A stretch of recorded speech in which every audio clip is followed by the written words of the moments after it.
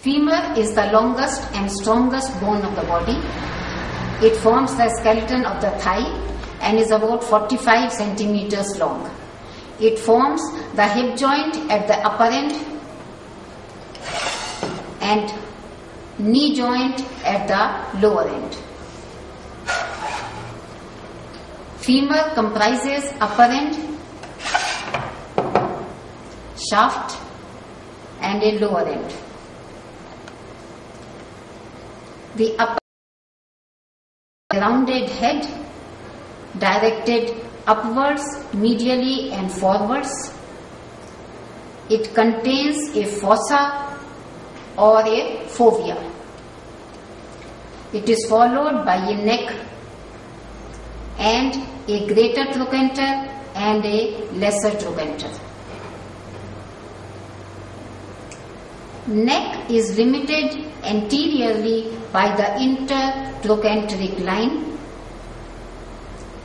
and posteriorly by intertrochanteric crest containing a quadrate tubercle in the middle. Neck makes an angle of 125 degree with the shaft.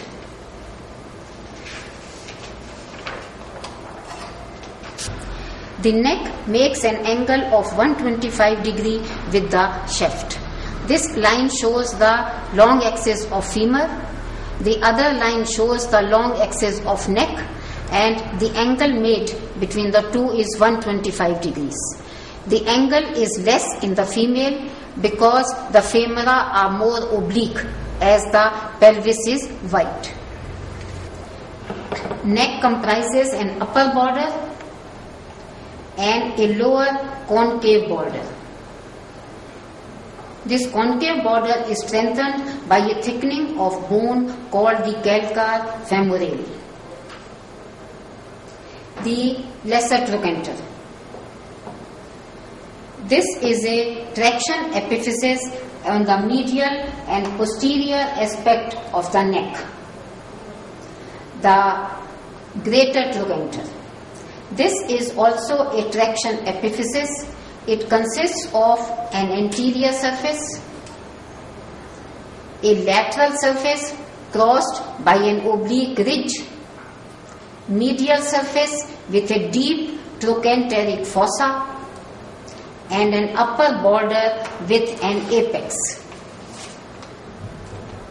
Shaft is the longest part of the bone. It is convex anteriorly. It comprises three surfaces in the middle.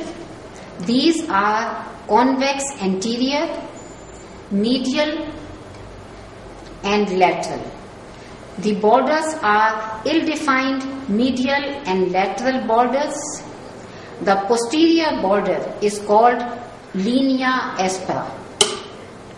This is a prominent border and it has lateral and medial lips. In the upper 1/3, there is an additional posterior surface. Lateral part of posterior surface contains a prominent gluteal tuberosity. In lower 1/4 also, there is an additional posterior surface called the popliteal surface.